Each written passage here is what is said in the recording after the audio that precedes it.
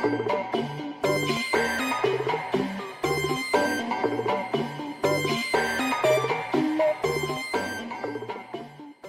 up, everybody? Welcome back to On the Warpath. It's Sanchez 405. If you do, make sure you click that subscribe button.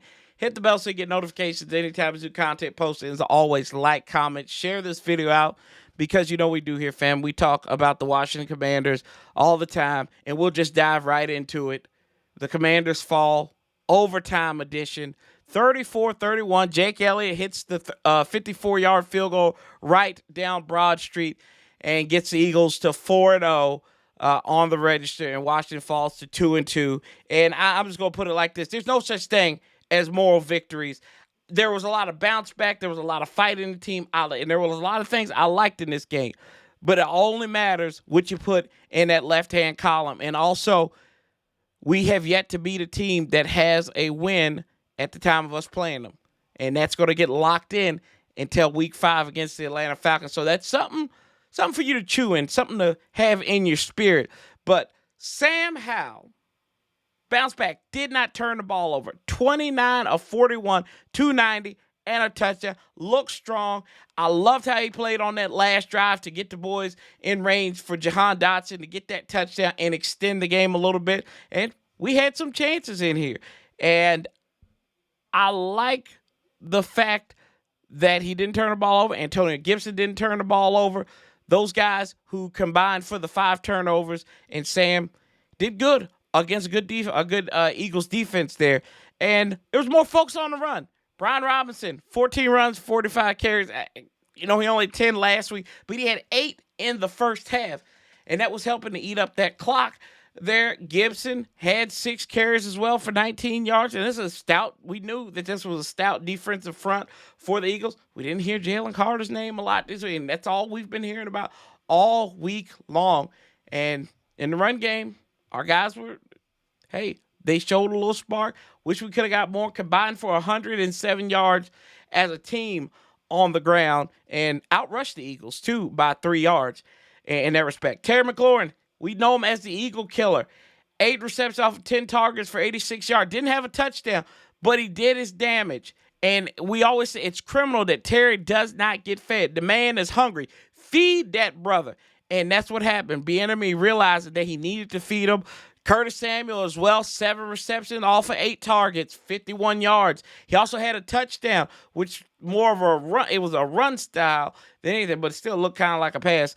And Jahan Dotson, rough day at the office. He had that key drop on 3rd down, something I really didn't like, but he had that touchdown that got us to overtime. Like I said, I had 4 receptions off of 9 targets for 27 yards. De'Ami Brown, 3 targets, 2 receptions, 51 yards, hooking up from his college teammate in Sam Howell. Logan Thomas was back too. And you look at what Logan did. Logan had some yards, and they even got some trickery. I like that play once. I don't like it twice, but thankfully we got bailed out one time on it. But I didn't like that under center multiple times. And sometimes it's okay to be ugly. You don't always have to be sexy or try something cute.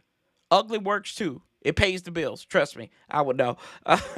But 6 receivers had 2 or more receptions. Another trend we saw from that Broncos game. And the offense, 8 of 17 on 3rd down. 26 first downs were acquired by this offense, which was the highest in the game. So more than the Eagles did. And then I liked on the defense side of the ball. Not a lot I liked from the defense, but here's one for you. 4 of 12 on 3rd down. And then held Swift, 14 carries, 56 yards. And Chase Young got a sack. Like that. John Allen, that rush, they pushed Jalen Hurts out of bounds. That's considered a sack too. And didn't take a penalty.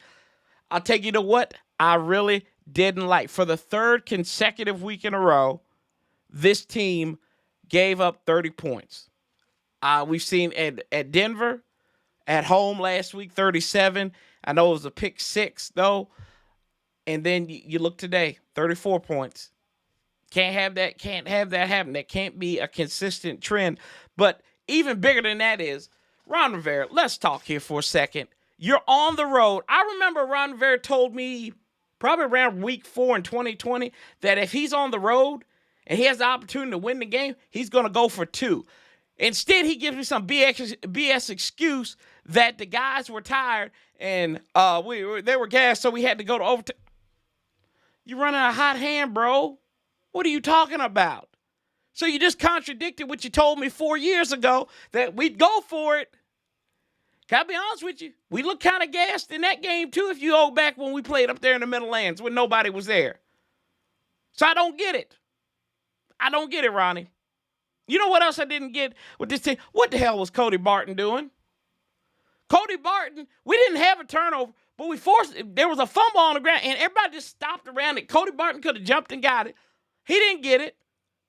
And that gave the Eagles a field goal opportunity down there. Didn't like it. Didn't like Emmanuel Forbes' day as a whole. They offered him no help, and he got beat like a drum.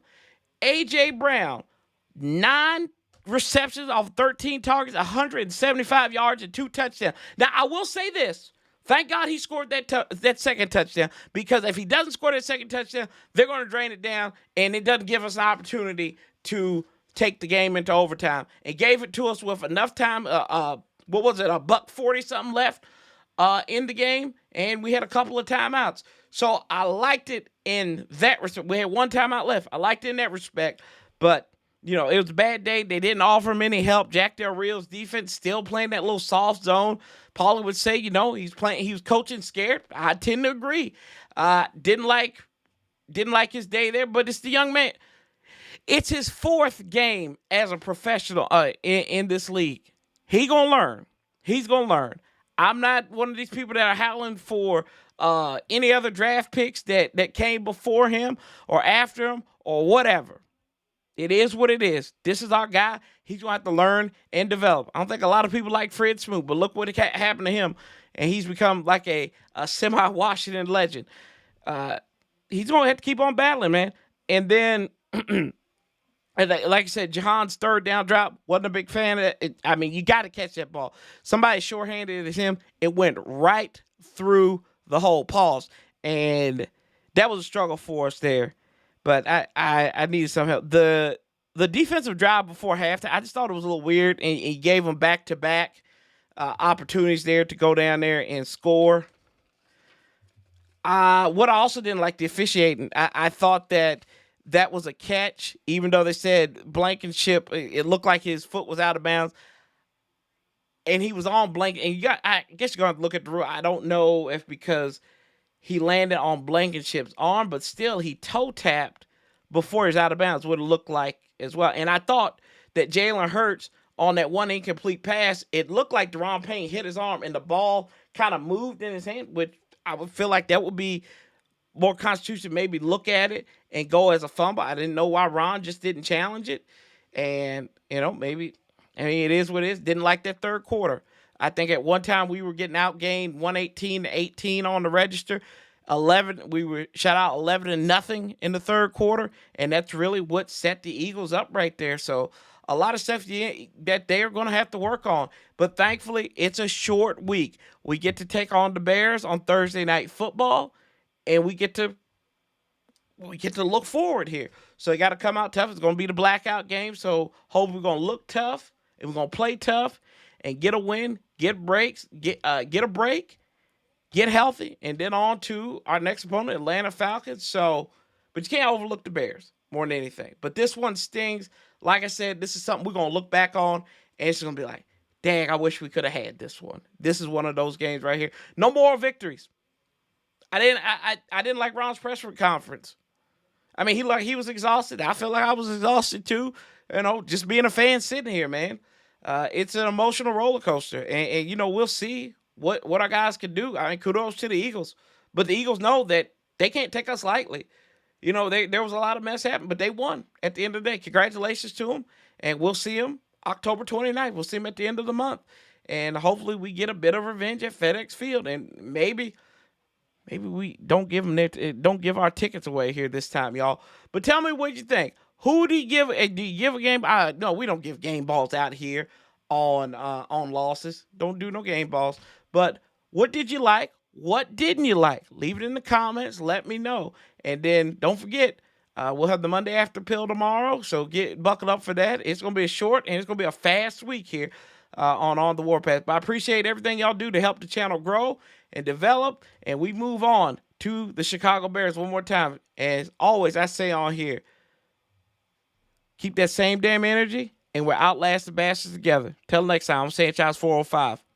Love, peace, and hell. I'm out.